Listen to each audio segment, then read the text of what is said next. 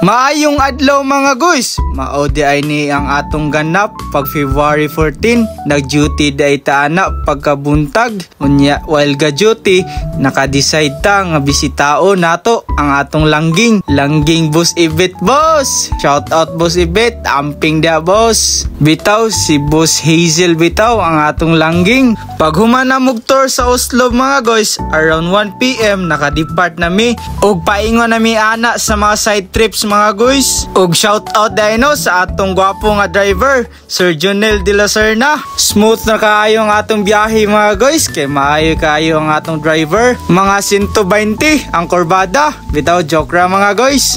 Ug nabiyaan yun nato si Deka mga guys. Nasadra ba to siya kay wala siya ka-date nya gibiyaan pagid nato. Pero pasalamat ta guys ni Sir Jason Mirabon nga mao'y napakaon ni Deka. After namo sa Simalas Shrine mga guys, dibiyahe na sad ta sa atong last nga side trip which is ang Karkar pasalubong mga guys. While nang hunong ta mga guys, shout out sa dayta Ma'am Krish Ann Phil Oyam.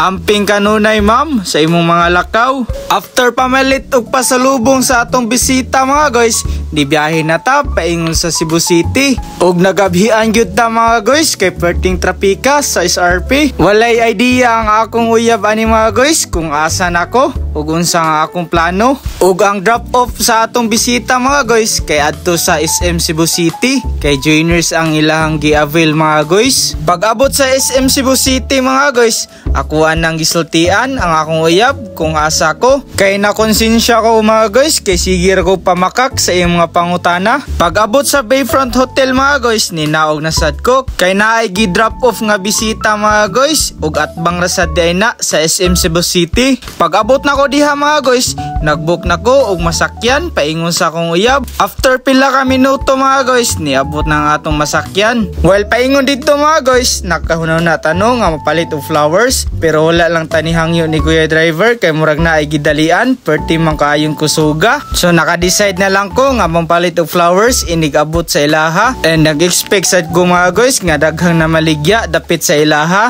Pero pag abot nato sa ilaha dapit mga guys, wala gyud tay nakitaan nga na maligya og flowers. Valentine's gyud kaayo ang adlaw mga guys kay daghan kayo ta nakitaan nga gadala og flowers. Niabot na lang ta sa ilaha mga guys nga walay gidala nga flowers. Kana nga time mga guys, ang iyang ka-boardmate gibisita sad sa ihang uyab. So naplanuhan nga adto na lang mi mangaon sa Jabi. Nag-double date mi dito sa Jabi mga guys. Og shout out ni Ma'am Haneros Anciano og sa iyang uyab si Sir J-Boy. Taas kayo ang linya ana sa Jabi mga guys. So naka-decide ko nga musibat para mangita og flowers.